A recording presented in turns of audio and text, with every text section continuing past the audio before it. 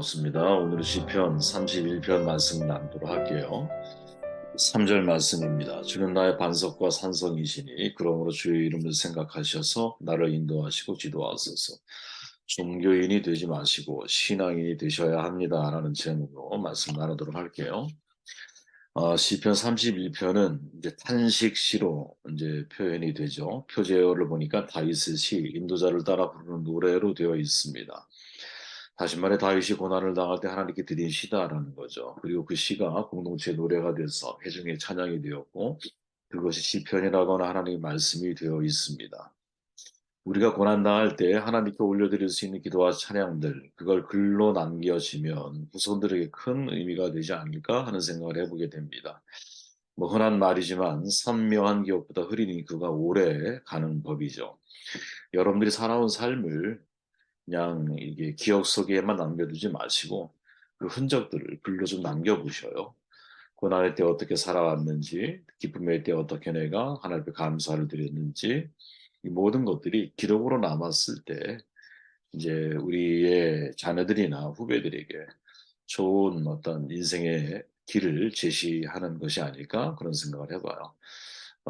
저희 교회 가족들을 위해서 언젠가 한번 그런 시간을 마련해야겠다 이런 생각을 해봐요. 우리들의 어떤 회고전이라 그럴까요? 큰 긴 글은 아니라 할지라도 모든 성도님들이 동참해서 한 해의 은혜를 나누는 책이라든지 이런 걸 좀 만들어 보면 어떨까 하는 생각을 해봅니다.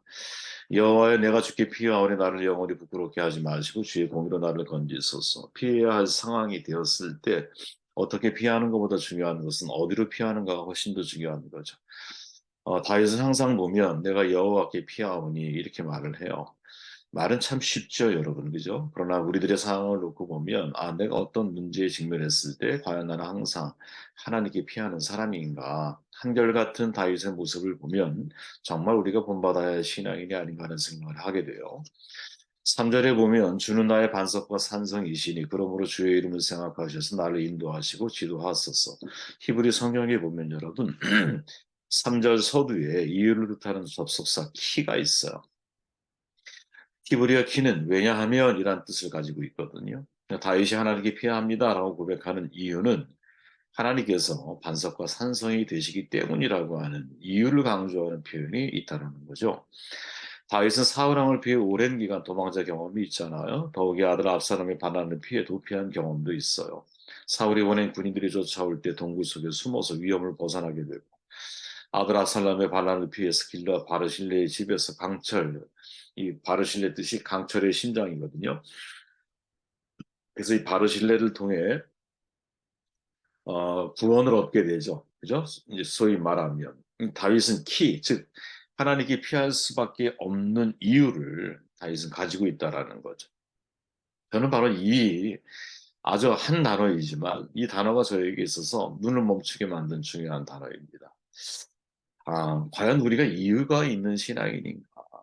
내가 하나님을 믿는 이유가 분명한 사람인가?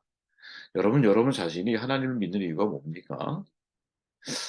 그냥 일반 종교인들처럼 내가 복을 받기 위해서 하나님 믿고 있는 건지, 하나님을, 내가 정말 하나님을 사랑하는 마음이 있기 때문에 하나님을 믿고 있는 것인지, 사실은 우리의 진심을 살필 수 있어야 된다는 거죠. 다윗은 여러분, 내가 하나님께 피할 수밖에 없는 이유가 분명해요. 그분은 내가 힘들고 어려울 때 반석이 되셨고, 내가 도피 생활을 할 때 나의 산성이 되어 주신 분이십니다. 이렇게 고백을 하는 거거든요. 과연 우리에게도 이런 이유가 있느냐? 이 키라고 하는 단어 자체가 던지는 중요한 질문 중에 하나, 신앙의 이유를 찾으라는. 제가 늘 강조하듯이 여러분 믿음은 동기가 중요해요. 그리스도인이 하나님을 믿는 이유는 이처럼 목사님의 말씀처럼 생명의 한계, 능력의 한계, 의의 한계를 절감하기 때문이죠. 마치 에노스 때에 비로소 하나님을 찾기 시작했던 것처럼 자신이 죽을 수밖에 없는 존재임을 절감하게 될 때 죽음 이후의 세계를 고민하게 되죠. 죽음의 원인과 결과에 대해서 관심하게 되면서 인간은 하나님을 생각할 기회를 얻게 되는 거예요. 그죠? 인간이 극복할 수 없는 자기 한계의 고통의 가치, 그것을 통해 하나님을 생각할 수 있기 때문인 거죠. 이게 가치인 거예요. 한센병에 걸린 사람들의 고통이 뭐냐? 무고통의 고통이잖아요. 몸이 병들면 아파야 되는데 아픔이 전달이 안 돼. 그러니까 썩어도 완전히 망가져도 그래서 부러져 나가도 고통을 감지할 수 없는 거예요. 위가 아프면 위가 비로소 존재한다는 사실을 알게 되잖아요. 그런 것처럼 인간의 고통의 의미는 고통을 통해서 존재의 가치, 또 이 고통을 통해서 하나님이 우리에게 주신 사랑의 가치가, 문제 해결자의 가치가 무엇인지를 사실 우리는 경험하게 되는 거거든요. 마가복음 5장에 보면 열두의 혈루증으로 알아온 한 여자가 있어 많은 의사에게 많은 괴로움을 받죠. 가진 거 다 허비에 효염이 없어. 그리고 더 중요해져. 그러던 차에 예수의 소문을 듣고 무리 가운데 뛰어들어 그의 옷에 손을 대었다. 왜? 만지기만 해도 구원을 받나 이렇게 생각을 했기 때문이라고 말을 해요. 이 내용 짧은 내용이지만 4절밖에 안 되는 내용이지만 여러분 내용을 읽으면서 제일 먼저 떠오르는 것은 뭐냐면 야 이보다 비참한 인생이 있을까? 이런 생각을 하게 되잖아요. 많은 의사를 만나 괴로움만 당했어. 가진 돈은 다 허비했어. 그런데 아무 효용이 없어. 오히려 몸이 더 중환해져. 이 첩첩산중이죠. 갈수록 태산인 거예요. 그러던 중에 예수님에 관한 소식을 듣게 되고 용기를 내어 그분을 만나기 위해 도전을 해. 단 몇 구절로 정돈된 이야기지만 여인이 살아온 지난 십수년간의 인생이 그대로 담겨 있는 거거든요. 지금 이 여인은 생명의 한계를 완전히 절감하고 있죠. 야, 생명은 돈으로도 해결이 안 되는구나. 의술로도 해결이 안 되는구나.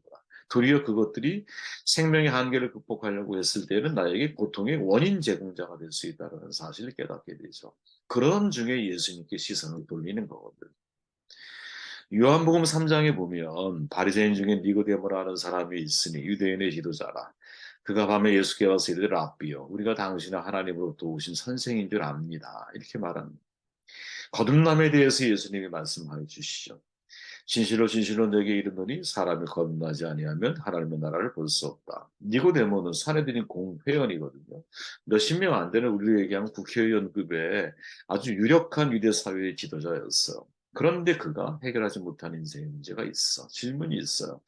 야, 사람이 어떻게 거듭날 수 있을까? 이거에 대한 대답을 찾지 못하는 거죠. 사람들에게 지식을 가르치고요, 지혜를 가르치는 사람이에요. 니고데모가 정통한 사람인 거죠. 그럼에도 불구하고 그 지혜의 한계를 절감하고 있는 거죠. 그러다 보니 밤중을 새 예수님을 찾아 인생의 황혼기에 이를 때까지의 삶의 지혜가 얼마나 풍성했겠어요, 여러분. 그죠? 그런데 그때까지 쌓아놓은 모든 지식과 지혜가 지금 건남의 문제를 해결하지 못하죠.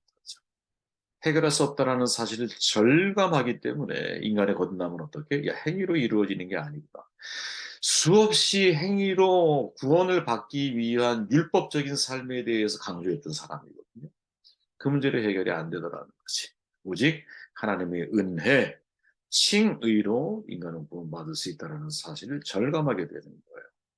마가복음 9장에 가보면 예수께서 그 아버지에게 물으시되 언제부터 이렇게 되었느냐 하시니 어릴 때부터입니다. 귀신이 그를 죽이려고 불과 물에 자주 던졌나이다. 그러나 무엇을 하실 수 있거든 우리를 불쌍히 여기사 도와주옵소서. 그리고 말하기를 나의 믿음 없는 것을 도와주소서. 아버지의 한계이죠. 귀신 들린 아들을 둔 아버지의 이야기예요. 정말 눈에 넣어도 아프지 않은 아이겠죠. 그런데 귀신이 들렸어. 아이를 조종을 해. 불에 뛰어들게 하고 물에 뛰어들게 해요. 근데 이 아버지는 그 아들을 위해서 아무것도 할 수 있는 게 없는 거예요. 능력의 한계를 절감하게 되죠. 여러분, 우리가 부모로서 자식을 위해서 할 수 있는 게 뭐가 있겠습니까? 그죠? 물론 자식을 키워주죠. 키우는 동안 사랑을 다 받죠. 우리가 사랑을 주는 게 아니라. 이제 자식이 성인이 돼서 자기 인생을 걸어가야 돼. 그가 살아갈 인생은 나와 다를 거예요, 분명히. 근데 그 인생길에 부모가 해줄 수 있는 게 뭐가 있겠어요? 우리가 해줄 수 있는 것은 하나님이 그와 영원히 동행하셔서 그의 인생을 책임져 주기를 중보하고 성령의 말할 수 없는 단식하심처럼 같은 마음으로 기도하는 것 외에 할 수 있는 게 뭐가 있겠어요? 이 모든 것을 할 수 있을 것 같은 상황 속에서 믿음조차도 자기 마음대로 조절을 못하는 이 아버지의 모습이 이게 사실은 우리의 모습일 수 있다는 거죠. 이게. 그렇게 여러분 자기 한계를 경험하는 건 너무나 중요한 문제라고 봐요. 자기 한계를 깨닫는 자리가 스스로 피조물임을 깨닫는 자리이고 동시에 창조주 하나님, 구원의 하나님을 바라보게 되는 자리이죠. 그런 점에서 인간의 한계는 여러분 저주가 아니에요. 하나님의 복이죠. 우리가 경험해야 할 자기 한계를 순서적으로 말한다면 여러분, 제일 먼저 생명의 한계를 누구나 다 알아요. 능력의 한계를 절감해야 돼요. 왜? 이 한계를 경험하지 못하면 인간은 교만함에 사로잡히게 돼요. 이게 전부냐? 아니에요. 생명과 능력의 한계 그 이후에 의의 한계를 정말 경험해야 되거든요. 왜? 내가 스스로 의로워질 수 없는 죄인이라는 사실을 깨닫지 못하게 되면 예수 그리스도의 십자가, 내가 왜 기독교를 믿어야 되고 하나님을 믿어야 하는지 그 이유가 생기질 않거든요. 그렇기에 진짜 우리가 시간이 지나고 나이가 지날수록 니고데모의 거듭남에 대한 질문처럼 내가 행위로 아무리 온전하게 사는 것처럼 보여도 야, 내가 돌아보니까 별 수 없는 인간이고 행위로 구원을 받는다면 나는 구원받을 만한 자격이 없다라는 사실을 절감하게 될 때, 그때 비로소 우리는 하나님의 은혜를 바라보게 되는 거거든요. 저는 여러분, 교회 안에는 항상 두 종류의 사람이 있다고 봐요. 신앙인과 종교인. 복음을 믿는 사람이 있다면 여러분, 종교를 믿는 사람이 있거든요. 잘 구분이 안 돼요. 근데 복음과 종교의 가장 큰 차이는 뭐냐면 마음의 동기예요, 동기. 조나단 에드워드가 이 복음과 종교를 이렇게 말하죠. 참된 미덕과 보편적인 미덕, 이렇게 구분을 해요. 참된 미덕은 뭐냐? 내 유익이 아니라 하나님의 선 그 자체를 선택을 하는 거야. 내가 행한 일이 아니라 하나님께서 그리스도를 통해 나를 위해 행하여 주신 일을 믿는 거예요. 이게 진짜 참된 미덕이라는 거예요. 반대로 보편적인 미덕은 뭐냐면 덕을 세우고 선을 행해. 근데 동기가 여러분 마음의 두려움 혹은 교만함 때문에 이 일을 하는 거예요. 다시 말해 내가 이런 일을 하면 혹은 이런 일을 하지 않으면 벌을 받을 거야. 두려움 때문에 선을 행하는 거죠. 나는 이렇게 행동하는 부류의 사람들과는 좀 다른 사람이야. 라는 동기를 가지고 선을 행해. 이건 교만한 마음이죠. 그런데 이 두려움과 교만한 마음 배후에 깔려있는 동기는 뭐냐? 결국에 자기 이익을 위한 거라는 거죠. 여러분 이거는 깊이 여러분들이 한번 돌아봐야 할 내용이라고 저는 생각을 해요. 네. 아무것도 할 수 없는 죄인이지만 하나님의 사랑 때문에 내가 존귀한 사람이 되는 것임을 깨닫는 사람이 신앙인 거죠. 그죠? 그래서 하나님께서 나를 사랑하셔서 당신의 목숨을 버리시면서 나를 구원한 인생. 내가 그런 하나님의 가치를 받고 있는 사람이라는 이 믿음 안에서 내가 안정감이 생깁니다. 그러니까 나의 모습 속에서 안정감을 느끼는 게 아니야. 나는 부족하고 하나님께 너무나 정말 믿음의 대상이 될 수 없을 만큼 믿음을 주지 못하는 삶을 살아간다 할지라도 하나님은 나를 사랑하시지. 하나님은 나를 믿어주셔. 하나님은 나에게 언제나 기회를 주시는 분이야. 이런 마음에 내가 확신이 있을 때 이게 내 안에 두려움을 몰아내는 거거든요.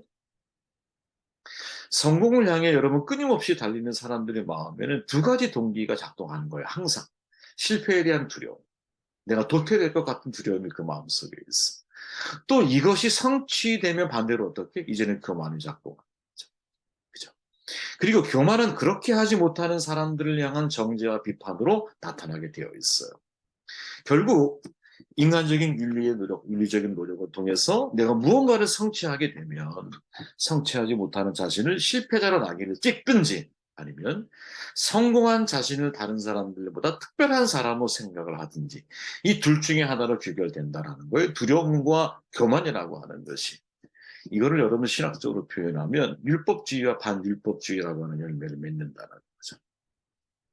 팀 켈러 목사가 탕고 하나님이라고 하는 책 속에서 그런 이야기를 하잖아요. 비즈니스를 윤리적으로 해야 한다고 주장하는 기업의 이야기를 이제 예를 드는데 기업이 윤리적이 되면 여러분 사람들이 신뢰를 하게 돼요. 소비자가 더 제품을 좋아하게 돼요. 그죠?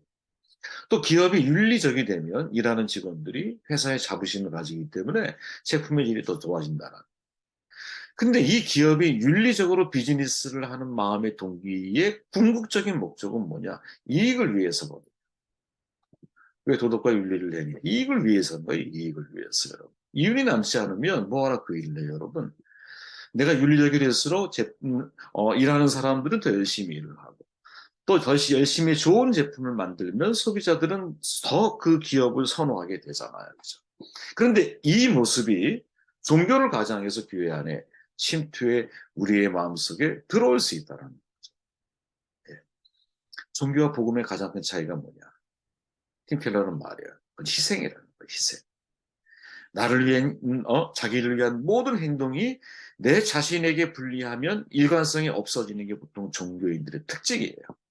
그러나 신앙인은 손해를 보는 상황 속에서도 자신의 이익을, 아니죠. 어, 그러니까 자기를 위해서 행동하는 이 종교인의 입장에서는 손해를 보는 상황 속에서 자신의 이익을 선택을 하는 사람들이기 때문에 절대로 이런 사람들은 손해를 보지 않아요. 제가 전에 그런 말씀드렸죠. 제가 정말 어, 이렇게 좋은 관계를 맺고 있었던 분인데 저는 정말 그런 줄 몰랐어요. 사람은 겉으로 보면 모르는 거야. 그분이 이제 같이 교제를 나누고 막 이러면 정말 하나님에 관한 이야기도 많이 하시고 하나님에 대한 깊이 있는 말씀도 전하시고 누가 봐도 정말 훌륭한 신앙인의 모습이었어요. 그런데 나중에 이제 이렇게 어떤 사건을 계기로 해서 알게 된 것은 이분이 정말 종교인이었구나 이런 생각을 하게 되었어요. 정말 종교인이에요. 근데 겉으로는 몰라. 근데 언제 결정적으로 이 문제가 드러나느냐? 바로 자기를 희생해야 하는 중요한 순간에 이 사람은 절대 희생하지 않아요. 여러분, 우리가 사역자가 된다는 것은 이제 항상 그런 거거든요. 내 것을 먼저 다 쏟아내야 돼요. 내 것을 먼저 다 쏟아낸 이후에 그것을 바라보는 많은 동역자들이 도움도 같이 나누고 힘도 같이 나누고 길도 같이 열어주고 도움이 손길이 서로가 이제 행하게 되는 거지. 내가 내 것을 다 숨겨놓고 예를 들어 다른 사람에게만 희생을 강요한다? 여러분 사역을 하면 안 된다고 봐요. 이제 얼마간은 속일 수가 있어요. 그죠? 근데 끝까지 그것을 속일 수는 없는 거야. 사람은 유기체잖아. 다 알아요. 시간이 지나가고. 여러분, 종교는 두 가지 동기, 두려움과 교만이라고 하는 뿌리에서 흘러나오는 거예요. 이 마음의 뿌리를 사실은 다뤄줘야 되거든요. 두려움과 교만의 배후에는 뭐가 있느냐? 자기 한계가 존재해요. 가만히 생각해 보세요, 여러분. 제가 아까 이야기했듯이 두려움과 이 교만의 종교인이 가지고 있는 이 두 가지 특징 가운데 이 배후에는 뭐가 존재하느냐? 자기 한계라는 게 존재하는 거예요. 자기 한계에 대한 두려움이 하나님을 향하게 된다면 신앙인이 됩니다. 그래서 여러분 이렇게 좀 길게 장황하게 얘기하는 거예요. 그러니까 내가 내 한계를 경험하게 되면 두려움이 내 안에 사로잡히잖아요. 그런데 아까 그 귀신 들리는 아이의 아버지처럼 내가 믿음 없음을 도와주옵소서라고 하나님을 내가 향하게 된다면 그에겐 신앙의 길이 열려요. 네? 또한 자기 한계에 대한 극복이 하나님께 있음을 깨닫는다면 그때 진짜 우리는 겸손한 사람이 돼요. 그리고 이런 동기가 내 마음속에 있을 때 내가 종교인이 아니라 신앙인의 삶을 살아가게 되는 것이고 이 두려움과 교만이 배후에 숨겨져 있는 자기 한계의 지점에서 내가 누구를 향하느냐, 무엇을 선택하느냐에 따라서 내가 종교인의 길을 걸어갈 수도 있고 신앙인의 길을 걸어갈 수도 있는 것이 아닐까 그런 생각을 해보게 되었어요. 출발은 신앙의 이유, 키라고 하는 히브리 단어에서 시작을 했지만 그 이유를 찾는 과정에서 우리가 지금까지 생각해보지 못했던 거, 종교인의 배후 속에는 복음과 종교를 구분했을 때 배후 속에는 두려움과 교만이라는 게 존재하는데 그 배후에는 자기 한계가 항상 존재하는 거예요. 그 자기 한계 지점에서 내가 누구를 향하느냐. 여기에 따라서 내가 종교인의 마음의 동기를 갖고 신앙생활을 하는 척하는 사람이 될 것인지 아니면 정말 내가 하나님을 신앙하는 사람이 될 것인지 이 중요한 갈림길이 바로 그 지점에 있다. 다윗은 말하잖아요. 그분은 나의 반석이요 산성이십니다.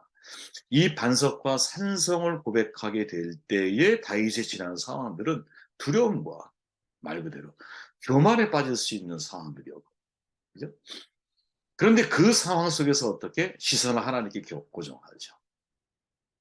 하나님이 나의 산성이 되신 이유는 도피 도망자의 생활을 할 때 피할 길을 항상 하나님이 나에게 주셨어.